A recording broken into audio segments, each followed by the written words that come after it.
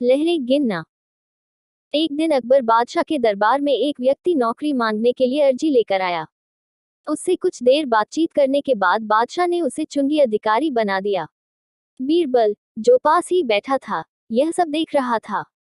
उस आदमी के जाने के बाद वह बोला, यह आदमी जरूरत से ज्यादा चालाक जान पड़ता है, बेईमानी किए बिना नहीं रहेगा। थोड़े ही समय के बाद अकबर बादशाह के पास उस आदमी की शिकायतें आने लगी कि वह प्रजा को काफी परेशान करता है तथा रिश्वत लेता है। अकबर बादशाह ने उस आदमी का तबादला एक ऐसी जगह करने की सोची जहां उसे किसी भी प्रकार की बेईमानी का मौका न मिले। उन्होंने उसे घुड़साल का मुंशी मुकर्रर कर दिया। उसका काम था घोड़ों की लीद उठवाना।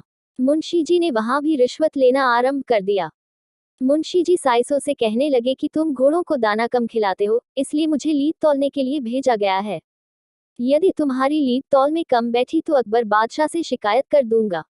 इस प्रकार मुंशी जी प्रत्येक घोड़े के हिसाब से 1 रुपया लेने लगे। अकबर बादशाह को जब इस बात का पता चला तो उन्होंने मुंशी जी को यमुना की लहरें गिनने का काम दे दिया। वहां कोई रिश्वत व बेईमानी का मौका ही नहीं था, लेकिन मुंशी जी ने वहां भी अपनी अकी के घोड़े दौड़ा दिए। उन्होंने नावों को रोकना आरंभ कर दिया कि नाव रोको, हम लहरें गिन रहे हैं। अतः नावों को 2-3 दिन रुकना पड़ता था। नाव वाले बेचारे तंग आ गए। उन्होंने मुंशी जी को 10 रुपये देना आरंभ कर दिया। अकबर बादशाह को जब इस बात का पता लगा तो उन्होंने लिखकर आज्ञा दी, नावों को रोको मत, जाने दो। उस मुंशी ने उस लिखित में थोड़ा सुधार कर टंगवा दिया, नावों को रोको मत, जाने दो, और वसूली करने लगे। अंततः बादशाह को उस मुंशी को सार्वजनिक सेवा से बाहर करना ही पड़ा।